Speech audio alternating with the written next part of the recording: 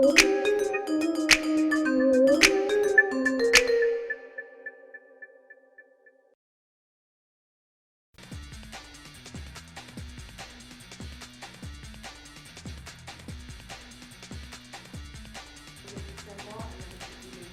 when you don't have time, you have to know that we should use a very effective time.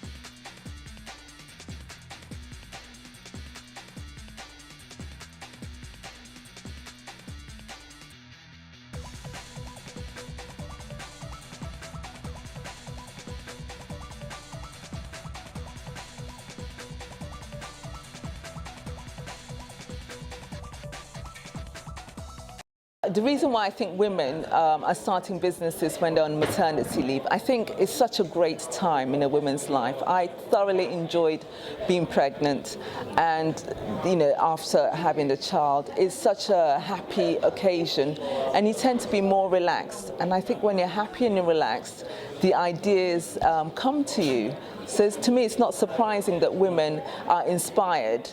When you're relaxed and you're doing what you want to do and you have a passion for doing what you want to do, I think that's often when the inspiration comes. When children come into the mix, a lot of others here, you'll know, things get complicated. They get very expensive as well. The guilt comes in. Maybe you're not spending as much time as you wish you could spend with your children. You don't need to go through all of that. Have a plan B that you're building up gradually. Start as soon as you've done that pregnancy test. And it says, I'm sorry, don't wait until, you're coming to the 6th month of your maternity leave and then you're panicking because, nursery fees are high, you're only going to have £10 at the end of the week and all of that. You don't. I think from what I see in my surroundings, more and more women are starting their own business, specifically after they have children, to find a better balance, a balance that they can be in control of, to be able to raise their children the way they want to raise them, as well as inspiring their children and doing all the things that they enjoy. I mean, that is from what I see around me. I think women are realising that if they want to succeed and still feed their drive and ambition, they just have to take matters into their own hands and try and make work for them and their situation. And I think women feel more empowered as well, and I think also there's a lot more infrastructure out there nowadays to help and support women work for themselves.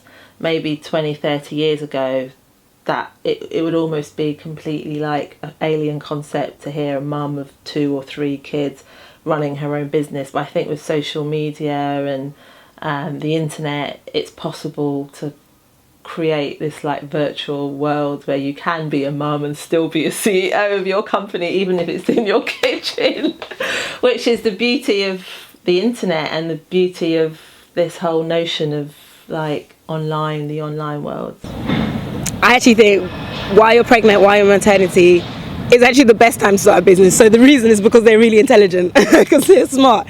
Because there's no other, the way that the rat race has got people working right now, there is no other way you're going to have long enough to even be able to think about your business idea any other way. You're not going to be able to take a 6-month sabbatical from any job, so whilst you're pregnant, and also whilst women are pregnant, there's a lot more thinking that goes on, in that little piece of time. That's probably the best and most likely time any woman really does have to look out for herself professionally, and also to train. A lot of women may not start businesses, but I know a lot of women that do train during that period of time. They'll take on short courses. I think that's a very good time, maternity. Once the baby's there, it becomes a bit more hard to control, because obviously you've got a whole new responsibility. But most women I know have realised that actually it's easier to work for yourself and have a child than it is to work for someone else and have a child. because the guilt factor isn't there. And so even though your business develops a lot slower than everything would do when you're at work, you don't feel guilty and you just feel happier, and you pass that on to your child, and it works better. When you're looking at growing your business on and offline, the tip that I'd recommend to everybody is look at your branding. So the starting point will be your branding. And when you're thinking about branding as a small business, owner, you are your brand. So you're not a big corporate like Coca-Cola or Virgin or any other of the big brands. It's you as your own person. You're portraying that in your brand. Online and your online activities working for you, it means that you can reach more of the local people and people outside of your locality, your town or city of operation. It's a good idea to do both. You know, you can have a shop selling hair, Brazilian, whatever, but then if you're online, even if it's a Facebook shop, a Facebook store, you're reaching more people, you're creating a greater awareness of your business. So I think even if your business is offline, you should have some online presence anyway. I think that things like smartphones and tablets have made technology more accessible and less intimidating, and it's a bit friendlier, and it's almost become sexy to use technology now. Your apps and your Facebook and your Twitter, you know, even though, you know, that is a type of technology as well. You know, this is technology. You know, I'm comfortable picking this up and doing 1,000,001 things while I'm cooking dinner, changing nappies. I'm using, you know, reading BBC News, you know, and I think, you know, 10 years ago that wouldn't have been the case, but I think smartphones have just made technology more accessible.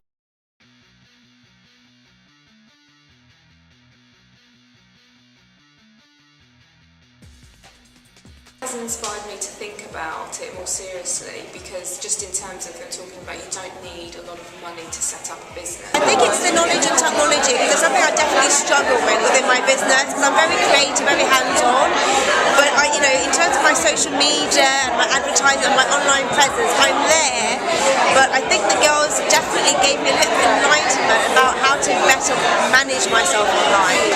I'm thinking about starting up my own blog because I want to be a journalist. And it was interesting to see the pros and cons of like social media and how to get my opinion out there in the right and positive way. I am thinking about starting an online business, not just yet, but I'm thinking about doing it soon. You don't have to have lots of money to start up. You could just start off small, gradually, and take each step as it comes. Use social media as an advantage, how to use it in the most effective way, and how we can kind of put ourselves out there in the best light. The one that stands out for me most was the self-awareness of the business that you have. So if you have a business, know the business well enough to know that if you are going to use any kind of technological outlet, social media, know the one that fits you. If you know your business, you know what fits you. Really try and stand tall and kind of excel through social media. You know, you have to be really in social media to help to allow your business to grow. It doesn't, like Joycelyn, yeah, I think she was saying it's not an overnight thing. You know, I've been doing this for a while, and Joycelyn is one of the panelists. Yes, exactly. I've been doing this for a while, and social media is essential to my business. And yeah, Twitter, Facebook, LinkedIn, all of those allow the business to grow, because you're getting your product out there and it drives traffic to your site.